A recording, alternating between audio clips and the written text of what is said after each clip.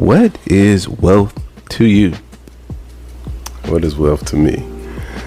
Well, son, I've been here for some years, and my example of wealth in the beginning of my early ages has changed over the years. And what I thought was wealth when I was younger has changed since I've gotten older.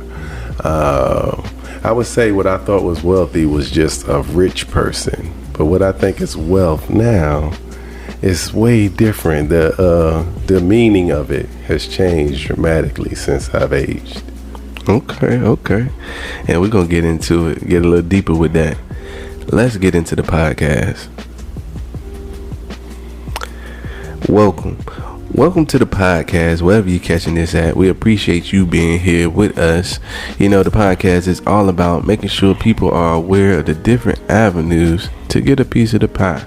And we talk about finance, we talk about real estate, we talk about investments, we talk about staying motivated, inspired, everything that you need to make sure that you're out here trying to put your best foot forward. All right, and today we're going to be talking about generational wealth. And to have this conversation, I got Pops with me today. What's up, Pops? Hey, what's up, brother? All right, and of course, we're going to have a different perspective on the things on this one. So we're going to start with talking about wealth and generational wealth, to be specific. So, Pops, growing up or in your, younger days, right? Who was the wealthiest person you knew in your early life, and why did you consider them wealthy? Well, son, what made me consider them wealthy is, like I said, me being in my, young stages of my life. What I thought was wealth was just a rich person. And they had the illusion of wealth. They had nice cars. They maybe even had a home. And I thought, the ballers. You talking about people that were ballers. I thought they were wealthy, and what I saw is time go by, and somebody who I thought was wealthy was just like I said, he just had an illusion of money, and it turned out, 10 years later, they, was worse off than I was. That same person that I thought was wealthy that 10 years prior. Oh, okay. So they just had a little bit of money at the time. At the time, exactly. Not really that money that lasts, that long money. Exactly. So, and not to be negative, I'm just saying that I just seen them not constantly, or should I say continually, be at that state or at that point that I saw in the beginning, or that point where they were actually really doing well. Okay. Didn't stay there. Okay. So that changed your perspective on wealth, seeing that person be at the top and then not stay at the top. So you understood that illusion of wealth. Yes. You think a lot of our community, the black culture, it is what it is.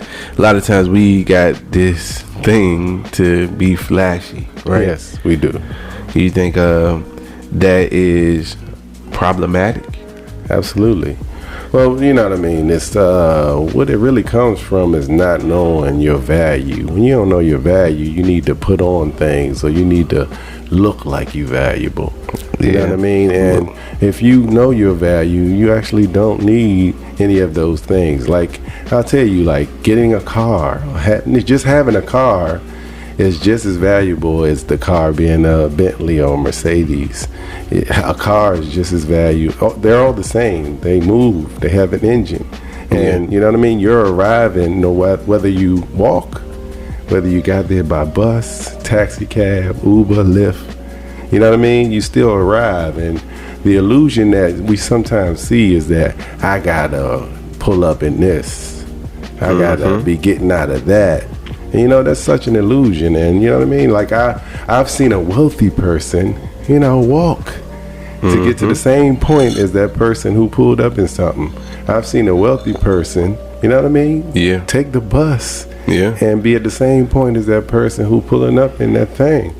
Yeah, I think too that the reason for that, I feel like for some reason, I don't know if it's a culture thing or it's a people thing, but I feel like people listen to people or gravitate to people that they think have money. Yeah. For example, that's why the reality shows, or that's why somebody, even I see it being an influencer, I guess you can call me that now.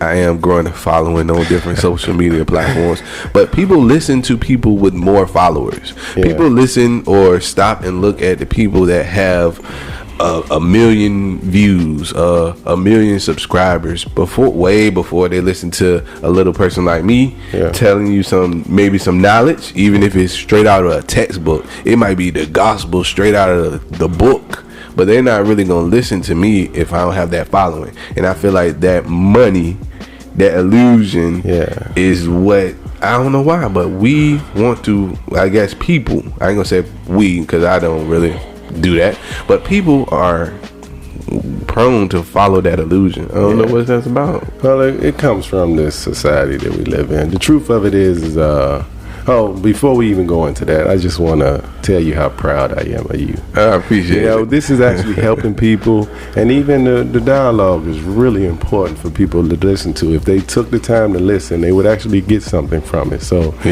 I'm really, as your father, I'm so proud of you. Keep up the good work. But so that goes right into what I'm saying is like, the illusion is, you know what I mean, it's about having a lot of followers. The illusion is that it's about having the money. And, that illusion is real. And once we get to the point where we can see the illusion for what it is, it becomes something different. Because the truth of it is like, if you, like I start off saying that, like, the truth of it is health is wealth, to be honest with you. I could be the wealthiest person in the world today, and then in 5 years from now, you looking at my obituary, what's the point of it all? You see what I'm saying? If I don't think about what I'm putting in my body, if I don't think about what I'm reading, if I don't think about, you know what I mean? Your mind. What I'm putting in my mind, you know what I mean? How my, all that is important, and that's what wealth is. You know what I mean? And that I agree with you right there. I'm right with you. I do think wealth has various forms. And some forms are more important to others. I don't know if that's good or bad. If some people just focus on the numbers, the dollars, because you are right. You have to be able to have the walk into a room of love and feel like I'm wealthy. Exactly. It's my wealth right here. Right. My healthy family. Exactly. I feel like if you can't realize that it's part of wealth too, you might need to, I don't know. Yeah, well, like you said, happiness is a form of wealth. Yeah. You know what I mean? You can't be, a rich person and you always barking orders at people. Yeah. You know what I mean?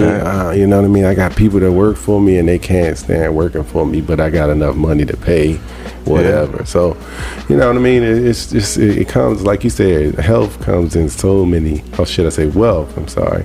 Wealth comes in so many forms. Yeah. The definition is so vast when we really think about it. Mm-hmm. And I actually really like listening to old people and let them tell me, you know what I mean? Yeah. Or read a book, and you know what I mean? And it might take you to an immigrant that came to this country, and their illusion of things is way different from us being African Americans. You know what I mean?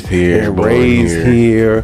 The truth of it is, those people like us, that we descendants of people who've been here a long time. So we've been doing this mess for a long time. Repeat. Right. And so, the truth of it is, and I don't want to say slavery, truthfully it is like a mindset, but when I say slavery, I mean like if you bypass slavery and then go into like when people started to read and write, then you start to go into what schooling was like, and then now you're starting to see wealth because you see they understand it.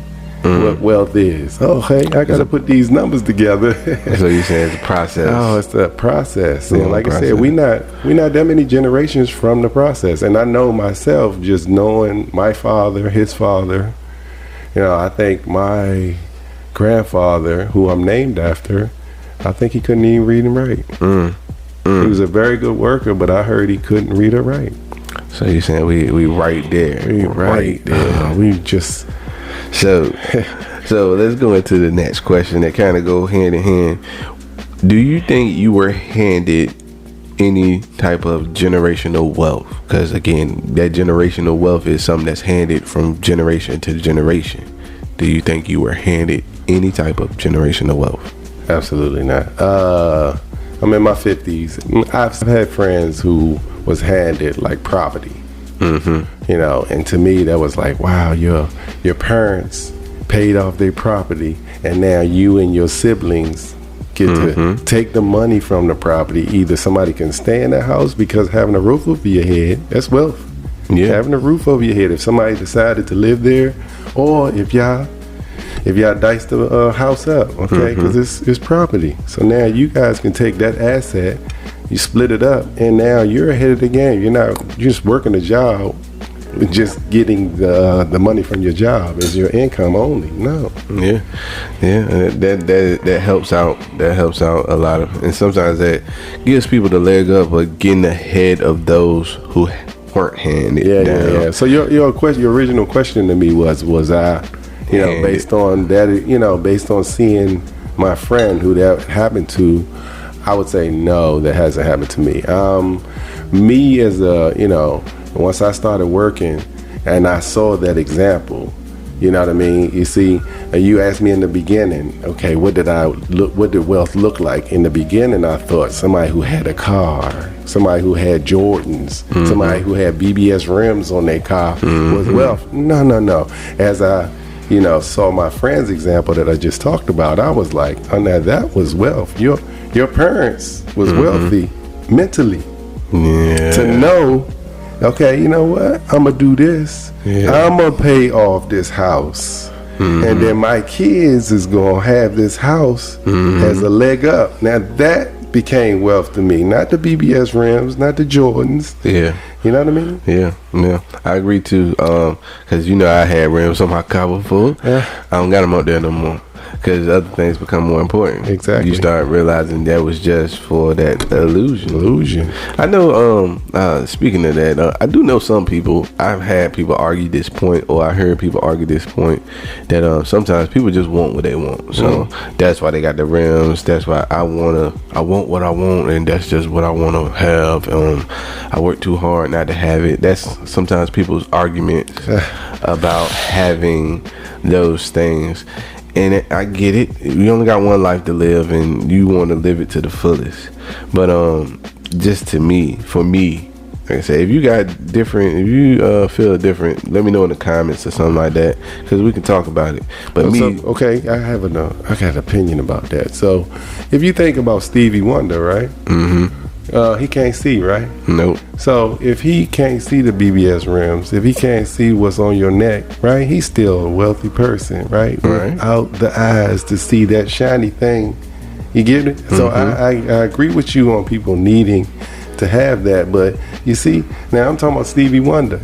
Now if you erase that illusion of what we see, right? You see how wealth it just fades away if you change your perspective, you change your outlook, your mindset. Oh, now you wouldn't need that, right? If you thought about Stevie Wonder's life, Ray Charles, those people who can't see, right? All they, their necessary things they got, but they just don't have the ability to see. And so even somebody who I want to be flossing. You know what I mean? I only got one life to live. Yeah, it's okay, but you know what I mean? That illusion is real. Come on now, come on. I've seen it. I've seen these conversations, and I, like I said, I guess it's the mindset. Me personally, again, I'm not that type of person, but some people love that. They say, we addicted to gold. Black people love gold. I gotta have. So they got dope gold chains and all that. Well, we living in a tough time though too. Like it made me think I grew up on like Mos Def and it's that Don't Get Me song. You know what I mean? It's like you flossing. You better watch what kind of environment you going in with that flossing, because you can end up in the wrong environment and wish you wasn't flossing. You pulling up in the car you pulling up in, oh, you shouldn't have pulled up in that around here. You get what I'm saying? So you see that illusion, that sometimes that illusion can put too much shine on you. You know what I mean? You don't know what kind of people you around. Yeah, you tucking your chain. Exactly. You know, park two blocks over and walk around the way. Huh? Yeah. See, it's just like I said. When you grow up from it, you know what I mean, you realize the value and, you know what I mean, graduating from it or maturing from that type of thing. Okay. All right. So we were saying, you said you weren't handed down any generational wealth, right? So are you planning on handing any generational wealth down? Good question. How? Good question. And so, you know, absolutely. When I saw that example of like what I told you my friends did, what his parents did for him and his family, I said, oh, I got to do that. You know, if I was to pass away, I got a life insurance policy to where it's going to each of my kids because of that example I saw. So if it's up to me, I would pay up my house off. You know what I mean? And you know what I mean? Pay it off with my hard-earned money, and then my kids can do whatever they want to do with it. That's what I would do, because you know what I mean? Real estate is definitely, or having a house is definitely a great asset to pass down. You know, and I ain't even talking about like money. It's a better asset than money sometimes. Okay. So how do we get like more knowledge that we can know how to pass down generational wealth? Like you said, you got that from an example of watching someone hand down the generational wealth. So you kind of like, yeah, I'm gonna do that. We're gonna do that now, so we can be in the same boat. A lot of times, that is the problem, and the reason why maybe our parents or the ones before us didn't hand down wealth, because they didn't know how. Yeah. Right? You, like I said, you learn by experience, you learn by watching, and now you know a little bit what to do. So how do we, like I said, how we bridge that gap?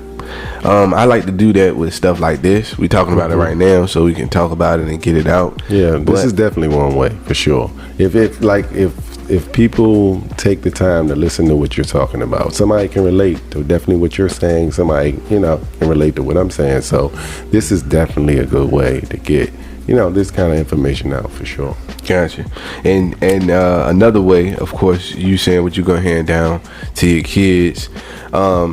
In the knowledge part, you got, like I said, we gotta make sure we handing the knowledge down too. Me personally, I'm gonna do the same thing. Try to hand down. Like I said, my kid's still young, and like I said, sometimes it's hard. It is. And some people can't really get to the point that they can hand something down. So a lot of time is hard. All right, so last question, because it seems like the mindset can solve a lot of problems when people look at wealth and generational wealth. And if you're not wealthy, realize you can hand down something different than just some monetary gains, right? Yes. So how do you, if you could give anyone some advice on changing their mindset about wealth, what advice would you give them? My advice would be, anybody young, start talking to older people.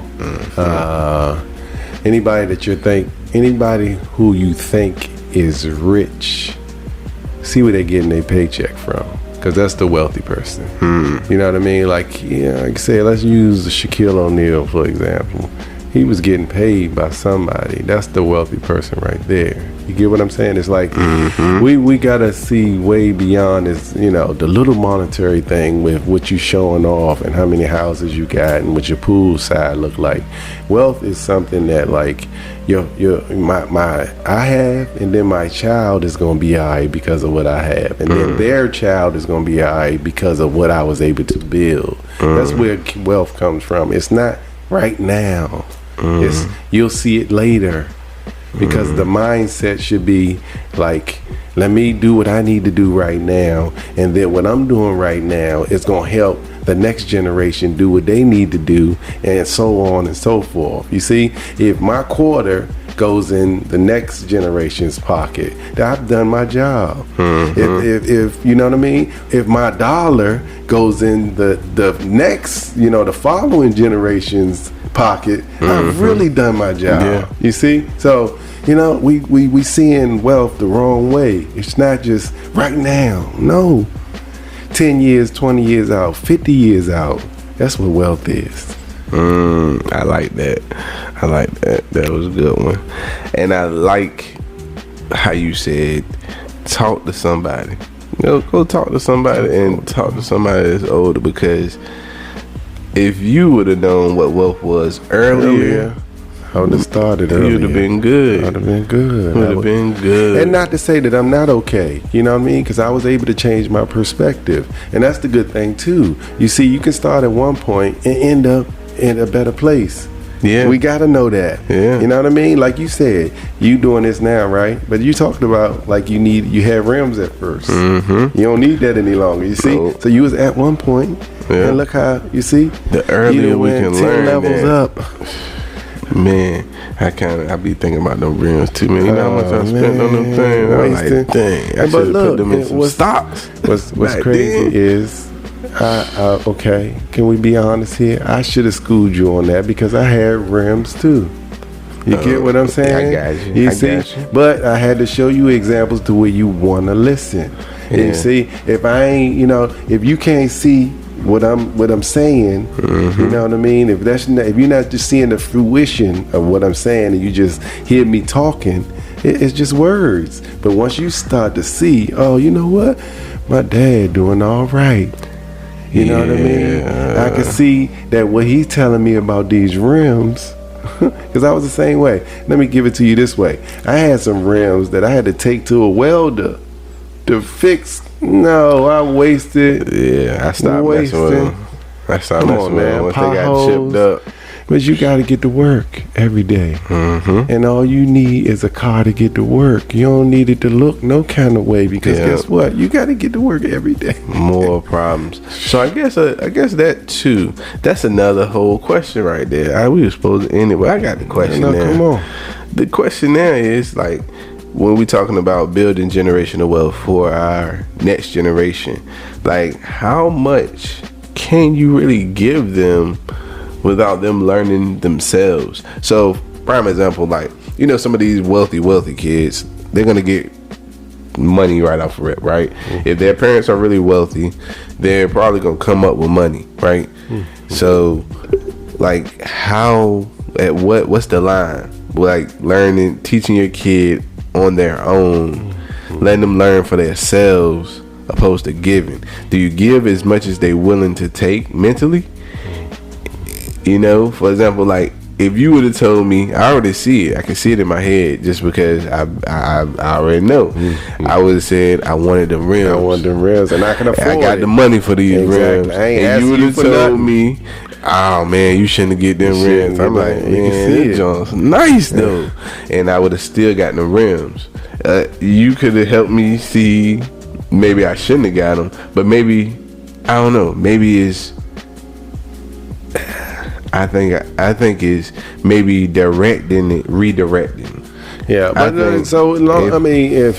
if you think about like where we started, right? And I mean, I'm saying based on what I've been saying, the illusion of money. Real. You see, the illusion of money is I want to look like this. But what about in your account, right? You actually could have more in your pocket if you let the illusion go. But it's hard because you trying to, you know what I mean? You trying to show people, hey, I'm doing well, I'm successful. So I guess that's something you got to instill in like the youth early. It's still hard. I feel like I'm gonna see. My boy's gonna get older. I'm gonna see. I'm gonna tell him, hey, you should do this and that with your money. But especially at that age, I feel like, shoot, at certain ages, the kid's gonna do what they're gonna do.